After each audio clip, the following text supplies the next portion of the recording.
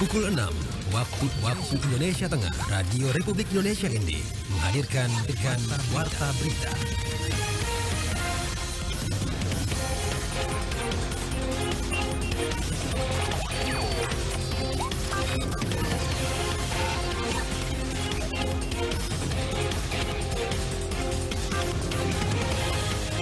Selamat pagi saudara pendengar dimanapun Anda berada. Saat ini kita bersama dalam Warta Berita RRI ND edisi Selasa 4 Juli 2023 dengan sari berita. Pemkab Sika kirim 11 sampel otak anjing ke Balai Besar Veteriner Denpasar, Bali. Pemkab Manggarai Barat pastikan stok beras sampai akhir 2023 aman meskipun saluran irigasi Lembor sedang diperbaiki. Bersama saya Femi Sari Ora, inilah berita selengkapnya.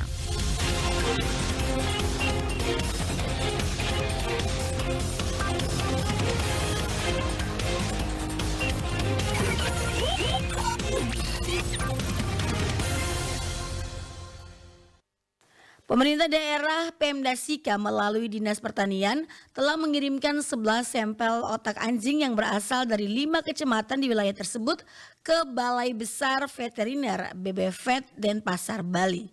Laporan Veranda Garus.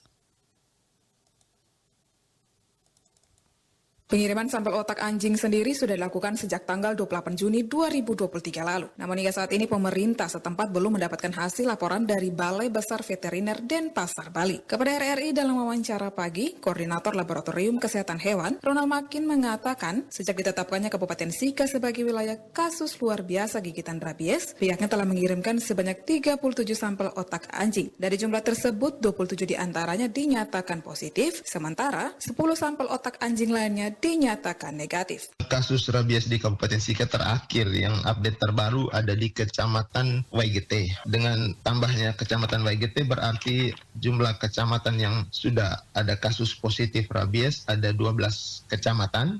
Ini mungkin sudah semakin meluas ya dari kasus pertama kali muncul. Masyarakat saya rasa sudah mulai paham kasus rabies ini sehingga walaupun kasus rabies menyebar ke 12 kecamatan tetapi rata-rata masyarakat sudah paham apa tata cara pelaksanaan pertama ketika mengalami kasus gigitan. Lanjutnya, berkat kesadaran masyarakat tentang bahayanya rabies, banyak anjing peliharaan yang sudah divaksin HPR oleh para pemiliknya. Sehingga sampel otak yang dikirim oleh Pemda Sika selama ini merupakan sampel otak dari anjing liar yang berkeliaran di seputar rumah warga. Jadi apabila ini dari 5 kecamatan ini yang benar memang sudah ini termasuk 5 kecamatan positif.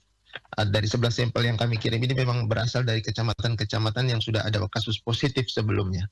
Andainya dari BBVet menginformasikan bahwa sampel yang kami kirim adalah sampel positif, berarti wilayah-wilayah yang ada sampel gigitan yang dikirim ke kami akan masuk dalam list kami untuk melakukan selanjutnya kami melakukan vaksinasi di daerah-daerah tersebut.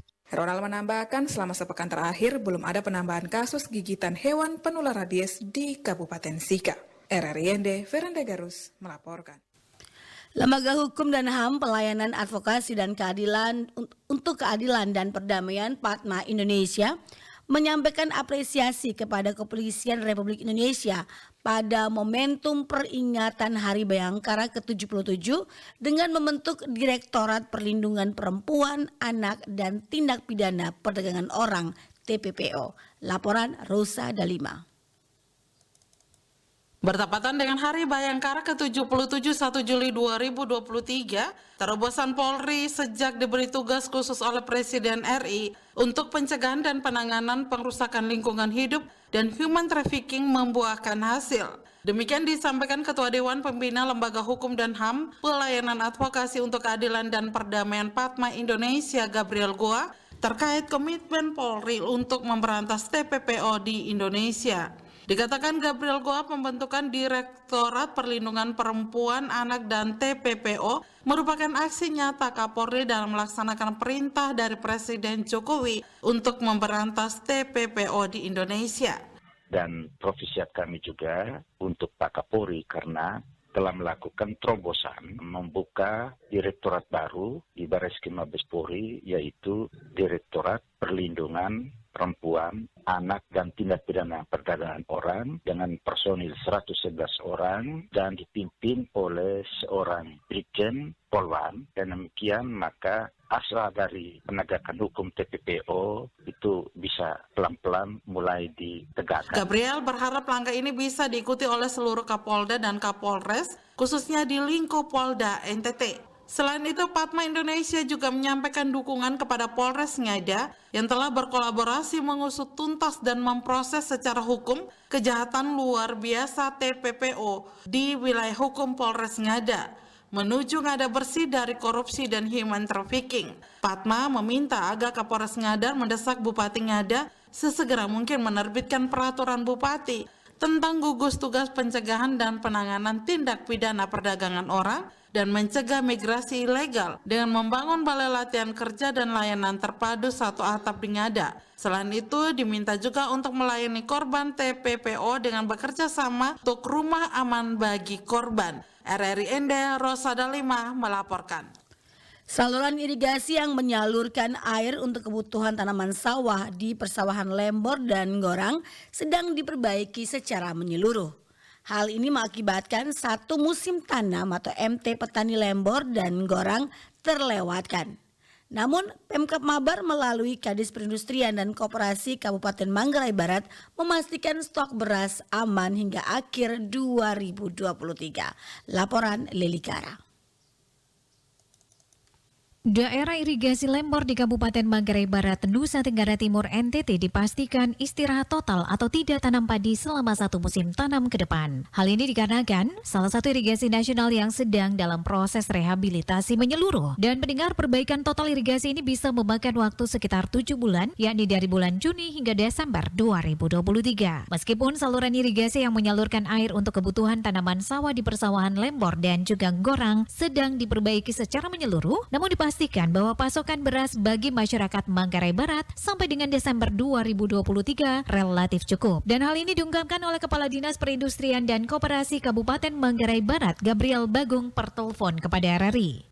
Untuk sementara stok beras yang ada di Manggarai Barat khususnya Labuan Bajo sampai dengan saat ini relatif aman, stabil dan cukup. Terkait dengan perbaikan irigasi Lembor, sampai dengan saat ini saya sudah koordinasi dengan Dinas Pertanian. Memang nanti pada saatnya ke semua titik akan diperbaiki, tapi sementara masih ada beberapa titik yang masih bisa ditanami. Dan yang berikut di Manggarai Barat ini bukan hanya dari Lembor, ada beberapa titik itu dari Terang, persawahan Terang, Kecamatan Boleng, itu kedua setelah Lembor. Itu masih aman gitu. Pihaknya sudah berkoordinasi dengan dinas terkait, dalam hal ini Dinas Pertanian dan Perumbulok Manggarai Barat, bahwa stok beras di Manggarai Barat dipastikan aman sampai akhir tahun 2023 karena mendapatkan pasokan dari daerah penghasil beras kedua, yakni dari Teras, Kecamatan Boleng, Kabupaten Manggarai Barat. Dari persawahan Terang ada beberapa titik di beberapa kecamatan seperti Sanonggoang bisa membantu untuk stok beras. Curah hujan yang saat ini sangat membantu bagi persawahan yang ada di Terang, Kecamatan Boleng, dibantu juga mesin penyedot ya, sehingga sampai saat ini persawahan Terang juga bisa membantu ya untuk pasokan beras di Manggarai Barat, khususnya untuk 2 pasar di Labuan Bajo. Gabriel menjelaskan curah hujan saat ini di Manggarai Barat yang terbilang cukup tinggi sangat membantu bagi pertumbuhan padi di persawahan Terang, Kecamatan Boleng. Bukan hanya itu, mesin penyedot air juga menjadi tolak ukur untuk proses kelancaran pertumbuhan padi. Dari Manggarai Barat, Labuan Bajo, Lilikara melaporkan. Anda sedang mendengarkan Warta Berita RRI ND. Kasus ternak babi mati diserang virus African Swine Fever (ASF) yang sempat meresahkan peternak babi di Kabupaten ND pada awal tahun 2023 lalu saat ini perlahan menurun. Tercatat pada Januari 2023 sebanyak 46 ekor babi yang mati karena terserang virus ASF. Ternak babi yang mati karena terserang virus ASF ini adalah babi bantuan dari Kementerian Pertanian yang disalurkan kepada 2 kelompok penerima di ND. Kepala Bidang Peternakan dan Kesehatan Hewan Dinas Pertanian ND, Dr. Hewan Said Karim Johar kepada media di ruang kerjanya mengatakan, kasus ASF di ND sudah menurun. Kasus tersebut terdeteksi di ND pada Januari 2023 lalu. Setelah itu tidak ada lagi kasus yang terjadi di Kabupaten ND. Said Karim mengatakan meskipun tidak ada kasus, Pemkab ND masih membatasi ternak babi dari luar yang masuk ke ND dan juga sebaliknya. Dinas Pertanian ND melalui penyuluh lapangan terus memberikan sosialisasi dan juga advokasi kepada masyarakat agar tetap menerapkan biosecurity di sekitar kandang. BMKG Nusa Tenggara Timur telah mengeluarkan peringatan dini akan waspada gelombang tinggi 4 meter di perairan Nusa Tenggara Timur. Laporan Lady Badin.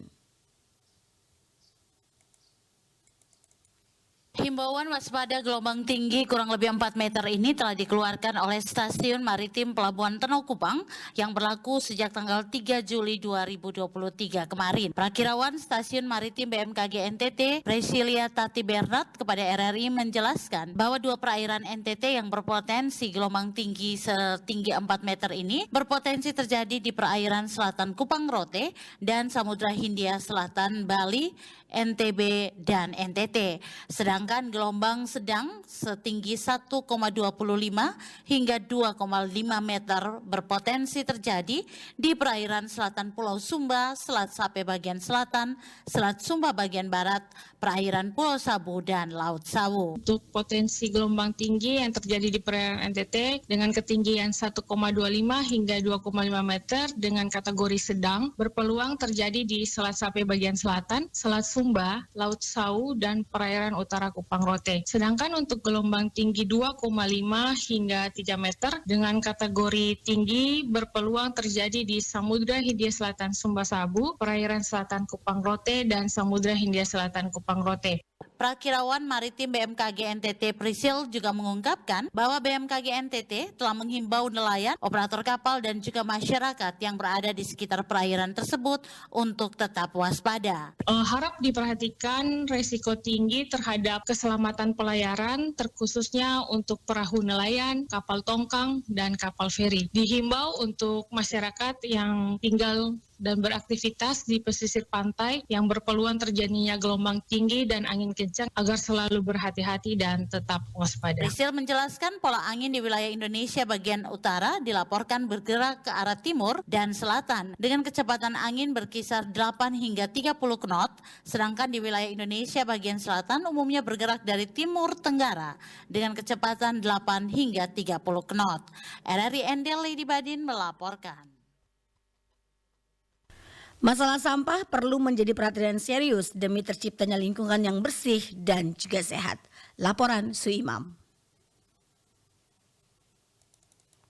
Ketua Anak Cinta Lingkungan Acil ND, Umar Hamdan kepada RRI, Senin 3 Juli 2023 mengatakan, meskipun pemerintah daerah telah memiliki personil tenaga kebersihan dari Dinas Lingkungan Hidup DLH yang bekerja setiap hari, persoalan sampah akan terus terjadi jika masih ada masyarakat yang membuang sampah tidak pada tempatnya. Dijelaskan, mengatasi hal tersebut, pola pikir dan kemauan masyarakatlah yang harus diperbaiki agar menyadari pentingnya persoalan sampah dapat dijadikan sebagai peluang, bukan masalah lingkungan. Masih kurangnya kesadaran dan tingkat pemahaman masyarakat tentang pengelolaan sampah yang istilahnya masih rendah. Kurangnya kesadaran itu dalam arti menyelesaikan persoalan sampah itu secara instan dan tidak kelola mulai dari sumbernya. Lanjut Umar Hamdan, untuk meningkatkan kesadaran masyarakat terhadap persoalan dimaksud, perlu adanya pemahaman dan sosialisasi sehingga masalah sampah bisa teratasi sejak dini. Tugas utama kita pemerintah Kabupaten ND dan para pegiat sampah di Kabupaten ND untuk bisa mengaplikasikan, memberikan sosialisasi kepada masyarakat untuk sadar dan bijak dalam persoalan sampah yang dihasilkan setiap harinya. Ditambahkan, persoalan sampah di Kota ND merupakan masalah yang harus menjadi perhatian serius. Untuk itu perlu adanya totalitas kolaborasi dari berbagai elemen sehingga dapat menyelesaikan masalah tersebut. Sebanyak 324 orang lolos seleksi calon peserta didik baru Madrasah Aliyah Negeri ND tahun pelajaran 2023-2024. Pengumuman seleksi masuk disampaikan Minggu 2 Juli 2023 melalui situs resmi MAN ND. Adapun pelamar sebanyak 475 orang dan yang mengikuti seleksi sebanyak 438 orang. Seleksi dilaksanakan selama 2 hari untuk praktek dan juga mengerjakan soal-soal. Kepala Madrasah Aliyah Negeri ND Tahrun Talib menyampaikan pelaksanaan seleksi bertujuan untuk menyaring calon peserta didik sebelum masuk menjadi peserta didik MAN ND. Dirinya juga menegaskan dengan adanya penerapan kurikulum merdeka untuk tahun ajaran baru, MAN ND hanya mampu menerima 324 peserta didik baru. Karena setiap kelas maksimal 36 orang dan MAN ND hanya membuka 9 rombel sesuai sarana dan juga prasarana yang ada. Tahrun Talib berharap seleksi masuk yang kompetitif dapat membuat daya saing peserta didik baru semakin baik. Seusai pengumuman, calon peserta didik baru melakukan pendaftaran ulang sekaligus mengumpulkan berkas selama 3 hari dan bersiap melakukan taruf di madrasah. Bupati Dr. Randus Haji Jafar Haji Ahmad pastikan upah tenaga kebersihan pada Dinas Lingkungan Hidup Kabupaten ND akan dibayar dalam waktu dekat. Laporan Rovinus Ulang.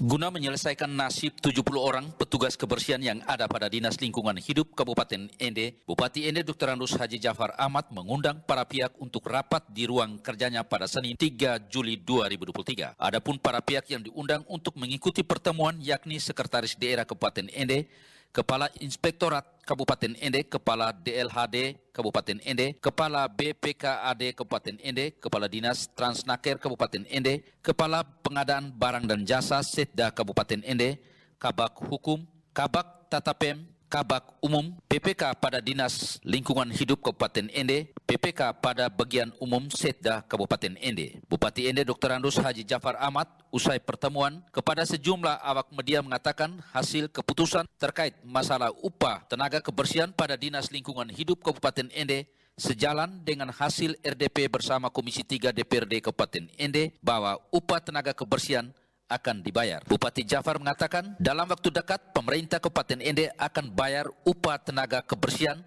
pada Dinas Lingkungan Hidup Kabupaten ND sebanyak 70 orang. Uangnya ada dan tidak menjadi persoalan karena dalam pertemuan berbicara soal mekanisme dan pemerintah akan membayar mulai Januari sampai Mei 2023 dan itu hak mereka. Jelas Bupati Jafar. Bahwa pemerintah bisa bayar ya dari Januari sampai Mei itu hak mereka. Juga pada kalau pakai kota Purana itu tanya lagi dari mana-mana sih itu kan saya tadi ada bilang teman-teman ada yang terima enggak karena ini pendapat saya sudah saya jelaskan apa dan pemerintah bersiap untuk membayar semua teman-teman itu sampai Mei ya mari kita menyelamatkan ini saya minta teman-teman sekalian kita bantu supaya kita jangan bermasalah administrasinya administrasi bisa kiri kanan satu-satu tapi intinya adalah saya bayar kota bersih. Nah, saya jelaskan nanti bahwa untuk mengatasi ini, ya kan masih ada yang bermasuk ini. Tadi, yuk serapat dipanggil teman-teman. Teman-teman, silakan ini dibayar. Proses tunggu 1-2 hari. Bupati Jafar mengatakan pemerintah telah menyiapkan anggaran dan tidak menjadi persoalan karena dalam pertemuan berbicara hanya soal mekanisme pembayaran. RRI Endorfinus Fula melaporkan. Sekian warta berita pagi hari ini. Mewakili kerabat kerja bertugas, saya Femi Sadaora. Selamat pagi.